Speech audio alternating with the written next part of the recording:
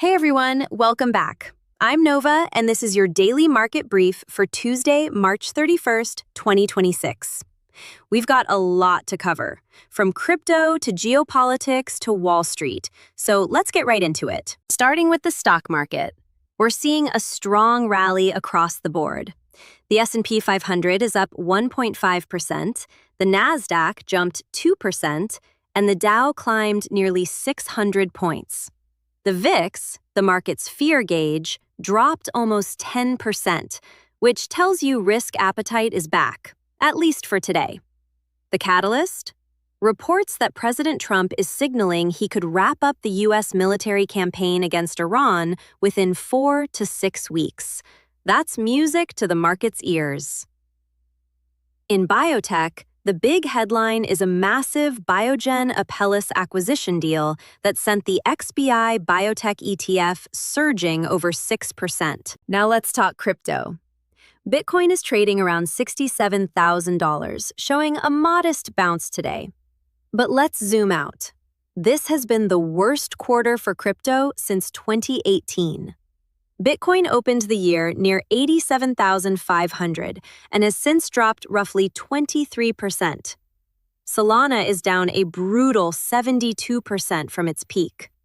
The Fear and Greed Index sits at 11. That's extreme fear territory. Historically, though, readings below 15 have preceded average 30-day returns of over 18%.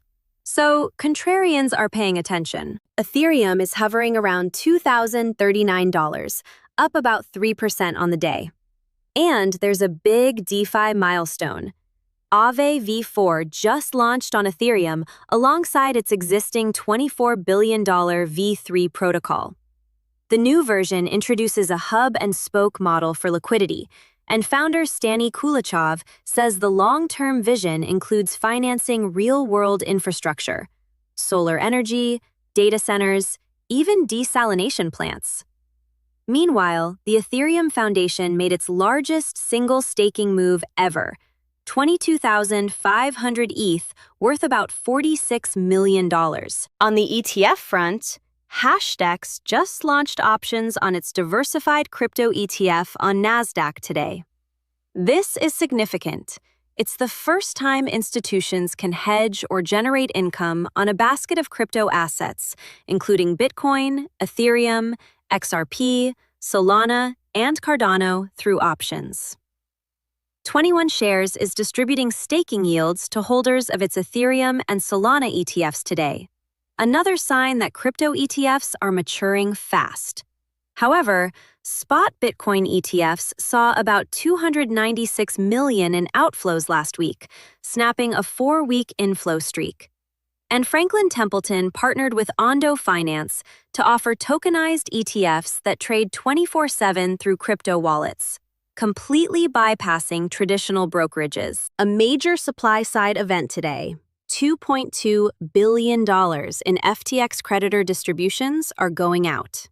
This is the 4th round, bringing total payouts to roughly $10 billion. U.S. customers are now at 100% recovery. The market is watching closely to see how much of that finds its way back into crypto or heads for the exits. On the macro side, the Fed held rates steady at 3.5 to 3.75% at its March meeting. The dot plot suggests one more cut this year and another in 2027. Inflation is running at 2.7%, stubbornly above the 2% target, driven largely by surging energy costs from the Middle East conflict. Fed Chair Powell acknowledged inflation isn't coming down as fast as they'd hoped. Gas prices in the U.S. just crossed $4 a gallon today, and Iran's parliament approved a plan to institute a toll on the Strait of Hormuz, which would only add more pressure to global energy markets. Beyond Iran, here's what else is happening around the world. Israeli airstrikes killed at least 4 people in Gaza yesterday and targeted a marked press car in southern Lebanon, killing 3 media workers. Yemen's Houthi rebels fired ballistic missiles at southern Israel for the first time. Ukraine signed air defense cooperation deals with Qatar, the UAE, and Saudi Arabia. And in Haiti, A devastating attack killed at least 70 people near Petite Rivière, displacing 6,000. And one more thing worth highlighting.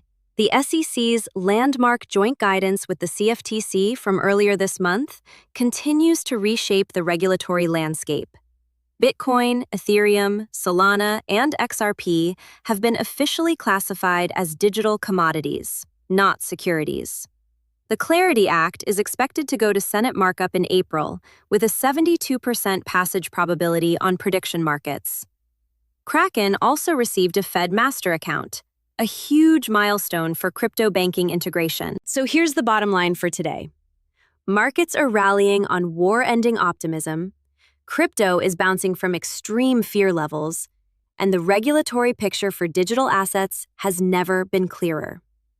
But between FTX payouts, sticky inflation, and ongoing conflicts, volatility isn't going anywhere. Stay sharp out there. I'm Nova. See you tomorrow.